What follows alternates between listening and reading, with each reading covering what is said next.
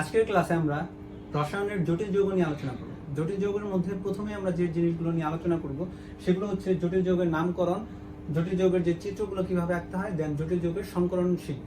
So আসলে জটিল যৌগ জিনিসটা কি? জটিল আয়ন যখন লিগ্যান্ডের সাথে যুক্ত হয়ে একটি সন্নিবেশ বন্ধনের মাধ্যমে যুক্ত হয় তখন তাদেরকে আমরা কি বলি? জটিল যৌগ বলি। এবার আমরা কিভাবে বুঝবো যে একটা যৌগ জটিল যৌগ কিনা, কিংবা জটিল যৌগ হওয়ার জন্য কি কি শর্ত ফিল আপ করতে হবে? আমি এক নম্বর শর্ত লিখেছি যে জটিল যৌগ দেখে বোঝার উপায় হচ্ছে এটা হচ্ছে থার্ড ব্র্যাকেট অর্থাৎ তৃতীয় বন্ধনীর মাধ্যমে যুক্ত থাকবে। দুই নাম্বার, ব্র্যাকেটের ভিতরে যে মৌলটা থাকবে সেটাকে আমরা কি বলি? কেন্দ্রীয় মৌল, এবং সেই কেন্দ্রীয় মৌলটা অবশ্যই ধাতু হতে হবে এবং ডি ব্লকভুক্ত মৌল হতে হবে। এবং ফাইনালি হচ্ছে লিগ্যান্ড থাকতে হবে, এবং 4 নাম্বার হচ্ছে আয়ন থাকতেও পারে, নাও থাকতে পারে। এবার এগুলো হচ্ছে জটিল যৌগ আমরা কিভাবে আইডেন্টিফাই করব সেটার শর্ত, এবং এরপর হচ্ছে নামকরণ কিভাবে করতে হয় সেটা আমি আগে দেখবো। এখানে আমি কয়েকটা জটিল যৌগ লিখে রেখেছি, এগুলো আসলে জটিল যৌগ কিনা সেটা আমরা আইডেন্টিফাই কিভাবে করব। আমি যদি দেখি এখানে একটা যৌগ আছে, এটা আসলে জটিল যৌগ কিনা সেভাবে আইডেন্টিফাই করার জন্য আমাদের এক নাম্বার জিনিস কি, এটা হচ্ছে তৃতীয় বন্ধনের মাধ্যমে যুক্ত আছে, তার মানে এক নাম্বার শর্ত ফিল আপ করছে। দুই নাম্বার শর্তের মধ্যে কি আছে, তাদের ব্র্যাকেটের ভিতরের মৌলটা ধাতু হতে হবে। এবার এই থার্ড ব্র্যাকেটের ভিতরে যে মৌলটা আছে কপার, এটা অবশ্যই আমাদের একটা ধাতু, এবং এটা অবশ্যই ডি ব্লকভুক্ত মৌল, তার মানে 2 নম্বর শর্ত ফিল আপ করছে। 3 নম্বর শর্ত হচ্ছে লিগ্যান্ড থাকতে হবে। লিগ্যান্ড জিনিসটা কি? থার্ড ব্র্যাকেটের ভিতরে ধাতু ছাড়া বাকি যে জিনিসটা থাকে পুরাটাকে আমরা কি বলি? লিগ্যান্ড। এবং এটা কোন বন্ধনের মাধ্যমে যুক্ত থাকবে? সন্নিবেশ বন্ধনের মাধ্যমে যুক্ত থাকবে আছে, তার মানে 3 নম্বর শর্ত আমাদের ফিল আপ করছি। 4 নম্বর শর্ত কি? আয়ন থাকতেও পারে, নাও থাকতে পারে। এবার এই যে এখানে একটা আয়ন আছে, আয়ন হিসাবে কি অ্যানায়ন আছে, সালফেট 2-, তার মানে সবগুলা শর্ত যেহেতু পূরণ করছে তার মানে এটা একটা জটিল যৌগ। এবার এটার ক্ষেত্রে যদি চিন্তা করি এটা জটিল যৌগ কিনা, অবশ্যই এটা জটিল যৌগ। থার্ড ব্র্যাকেট আছে, কেন্দ্রীয় পরমাণু ধাতু আছে, এবং লিগ্যান্ড আছে, এবং আয়ন আছে, জটিল যৌগ। এটার কথা যদি চিন্তা করি এতটুকু তো জটিল যৌগ, ঠিক আছে? এটার ভিতরে আয়ন নাই, তারপরে এটা জটিল যৌগ, বাট এটার সামনে কি একটা ধাতু আছে, এটাও সেম। তার মানে এই সবগুলাই হচ্ছে আমাদের কি? জটিল যৌগ। এবার জটিল যৌগের আমরা নামকরণ কিভাবে করব? আমি নামকরণের জন্য একটা নিয়ম লিখে রেখেছি যে প্রথমে লিখতে হয় সংখ্যা সহ লিগ্যান্ড, তারপর ধাতু, তারপর পাশে কি লিখতে হয়? জারণ সংখ্যা, তারপর কি লিখতে হয়? আয়ন লিখতে হয়। তাহলে আমরা এটার নামকরণ আসলে কিভাবে করব? ফার্স্টে আমাদের কি করতে হবে? সংখ্যা সহ লিগ্যান্ড লিখতে হবে। এখানে এটা তো ধাতু, লিগ্যান্ড কোনটা? এটা। এটার সংখ্যা কত আছে? 3। 3 থাকলে আমরা তাকে কি বলি? টেট্রা বলি। আচ্ছা, তাহলে এইখানে কি হবে?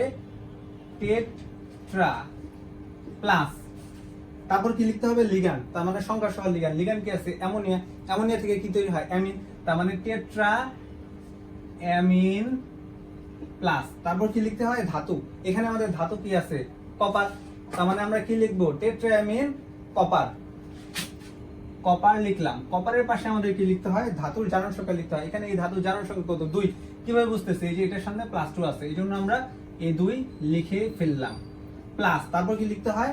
আয়ন লিখতে হয়। আয়ন কি আছে? সালফেট, তার মানে আমি কি লিখে দিলাম? সালফেট। তাহলে এই জটিল যৌগ যেটা আছে এটার নাম কি হবে? Tetraammine copper sulphate. এবার আমি যদি এই জটিল যৌগের নামকরণ করতে চাই তাহলে সেম প্রসেস। তাহলে আমরা কি লিখবো? 2 আছে, 2 থাকলে আমরা তাকে কি বলি? ডাই, তার মানে এটার নাম হচ্ছে ডাই। যেহেতু অ্যামোনিয়া আছে তার মানে আমাদের নামে কি হবে? অ্যামিন যুক্ত হবে, তাহলে অ্যামিন লিখলাম। তাহলে ডাইঅ্যামিন সিলভার আছে, এজন্য আমরা কি লিখবো? ধাতুর নাম লিখবো সিলভার। তাহলে ধাতুর নাম লিখলাম সিলভার। এখানে ধাতুর জারণ সংখ্যা কত? আমরা জানি সিলভার জারণ সংখ্যা +1, এজন্য আমরা 1 দিলাম। প্লাস কপার আছে, তার মানে ক্লোরিন আছে, ক্লোরিন থাকলে আমাদের নামের শেষে কি যুক্ত হয়? ক্লোরাইড।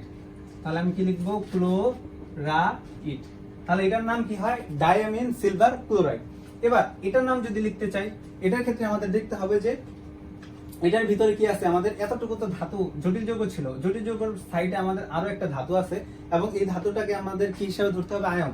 কারণ কি? এটা আমি যদি প্লাস চিহ্ন দিই প্লাস দিয়েও লিখতে পারি, এই যে এটাও সেম জিনিস, প্লাস দিয়ে লিখতে পারি, তার মানে কি? আয়ন।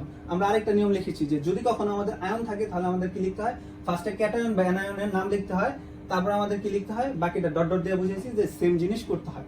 তাহলে এখানে কি আছে? ক্যাটায়ন আছে, ক্যাটায়ন হিসাবে কি আছে? সোডিয়াম। তাহলে এখানে কি লিখতে হবে আমাদের? সোডিয়াম। তাহলে সোডিয়াম লিখলাম। তারপর আমাদের কি বাকি নিয়ম? সংখ্যা সহ লিখেন। সংখ্যা কত আছে? 6। 6 থাকলে আমরা কি লিখি? হেক্সা, তার মানে সোডিয়াম প্লাস হেক্সা আমি লিখে ফেললাম। প্লাস তারপর কি লিখতে হয়? আমাদের ধাতু লিখতে হয়। ধাতু কি আছে? আয়রন। তাহলে আয়রন থাকলে আমরা তাকে কি বলি? যেহেতু আয়রনের জারণ সংখ্যা কত? 3, 2 থাকলে আমরা তাকে কি বলি? ডাই। যেহেতু ফেরাস বলি আর কি, 3 যেহেতু আছে আমরা এটাকে কি বলবো? ফেরাট। হেক্সা ফেরাট। তাহলে জারণ সংখ্যা এখানে কত 3, এই জন্য আমি 3 লিখে ফেললাম। যেহেতু কোনো আয়ন নাই এই জন্য আমরা আর কিছু লিখবো না। তার মানে যৌগটার নাম কি সোডিয়াম হেক্সা ফেরা। ও আচ্ছা, আমাদের ওই যে লিগ্যান্ড লিখতে হবে। আমরা কি করলাম, সংখ্যা সহ লিগ্যান্ড সংখ্যা, সরি আমি একটা ভুল করছি, সে ভুলটা হচ্ছে এটা আমাদের ফার্স্টে আমাদের কি করতে হবে, আমাদের কি লিখতে হবে, ক্যাটায়ন লিখতে হবে। ক্যাটায়নের নাম কি সোডিয়াম। সো আমি ফার্স্টে সোডিয়াম লিখে ফেললাম, প্লাস তারপর কি লিখতে হবে, সংখ্যা সহ লিগ্যান্ড। সংখ্যা কত আছে 6 লিগ্যান্ডের পাশে, এর জন্য আমরা কি লিখবো হেক্সা। তার মানে সোডিয়াম হেক্সা প্লাস লিগ্যান্ডের নাম লিখতে হবে। লিগ্যান্ডের নাম কি সিএন। সিএন মানে কি সায়ানাইড। তাহলে আমরা কি লিখবো সায়ানাইড প্লাস তারপর কি লিখতে হবে, ধাতুর নাম লিখতে হবে। ধাতুর জারণ সংখ্যা কত আছে 3। যদি 2 থাকতো আমরা কি লিখতাম ফেরাস, যেহেতু 3 আছে তার মানে আমরা কি লিখবো ফেরাস। তার মানে আমি লিখলাম ফেরাট। এবার কি লিখতে হবে, ধাতুর জারণ সংখ্যা লিখতে হবে। তাহলে জারণ সংখ্যা এখানে কত ইউজ করা হয়েছে 3, এই জন্য আমি লিখে ফেললাম 3। যেহেতু সাইডে আর আমাদের আয়ন নাই এই জন্য আমরা আয়ন দেই নাই। তার মানে এই যৌগটার নাম কি সোডিয়াম হেক্সা সায়ানাইড ফেরাট। আচ্ছা, তারপরে পরের যৌগটার নাম কি হবে, পরের যৌগটা সেম কি আছে, আমাদের ক্যাটায়ন আছে। ক্যাটায়ন হিসাবে কি আছে পটাশিয়াম। তার মানে আমাদের আগে লিখতে হবে পটাশিয়াম। তারপরে আমাদের কি লিখতে হয়, সংখ্যা সহ লিগ্যান্ড লিখতে হয়। লিগ্যান্ডে কত আছে 4 আছে। 4 থাকলে আমরা কি বলি টেট্রা। তার মানে পটাশিয়াম টেট্রা। তারপর কি লিখতে হয়, লিগ্যান্ড লিখতে হয়। লিগ্যান্ড হিসাবে কি আছে আমাদের সায়ানাইড আছে, এই জন্য আমরা কি লিখবো সায়ানাইড প্লাস তারপর কি লিখতে হয়, ধাতু লিখতে হয়। ধাতু হিসাবে কি আছে আমাদের নিকেল আছে। তার মানে আমরা কি লিখবো নিকেল। তার জারণ সংখ্যা এখানে কত 2, এই জন্য আমরা কি লিখবো 2। তার মানে এই যৌগটার নাম কি পটাশিয়াম টেট্রাসায়ানাইড নিকেল। সো আমরা খুব সহজেই জটিল যৌগের কিভাবে নামকরণ করতে হয় সেই নামকরণ নিয়ে আমরা আলোচনা করলাম। এবার আমরা শিখবো যে জটিল যৌগের এই চিত্রটা আমরা কিভাবে আঁকবো বা চিত্রটা কিভাবে আঁকতে হয়। তাহলে এটার ক্ষেত্রে চিত্র কিভাবে আঁকতে হয় সেটা যদি আমি বুঝতে চাই তাহলে আমাদের কি করতে হবে, আমাদের দেখতে হবে যে এটা লিগ্যান্ডের পরমাণুর সংখ্যা কত আছে। এটার ক্ষেত্রে লিগ্যান্ডের পরমাণুর সংখ্যা কত 3, আর কেন্দ্রীয় পরমাণু কি আছে 2 কপার। এই জন্য আমি আগে কি লিখবো কপার লিখবো, কপার লিখলাম। ওকে, তাহলে কপার 2 কেন্দ্রীয় পরমাণু সাইডে লিগ্যান্ড আছে কয়টা 3টা, এই জন্য আমরা কয়টা লিখবো 3টা। এপাশে লিখলাম একটা, এই পাশে একটা লিখলাম, এই পাশে একটা লিগ্যান্ডের নাম লিখে দিলাম। তাহলে তার সাইডে কি লিগ্যান্ড হিসেবে যুক্ত আছে অ্যামোনিয়া। সো আমি কি হিসেবে লিখে দিব অ্যামোনিয়া লিখে দিব, এই যে অ্যামোনিয়া। সো অ্যামোনিয়া লিখে দিলাম। সবগুলো আমাদের কার দিকে গেছে,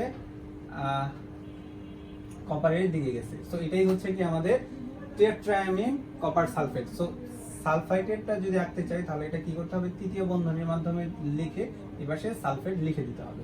সো এটাই ছিল কি আমাদের টেট্রাঅ্যামিন কপার সালফেটের চিত্র।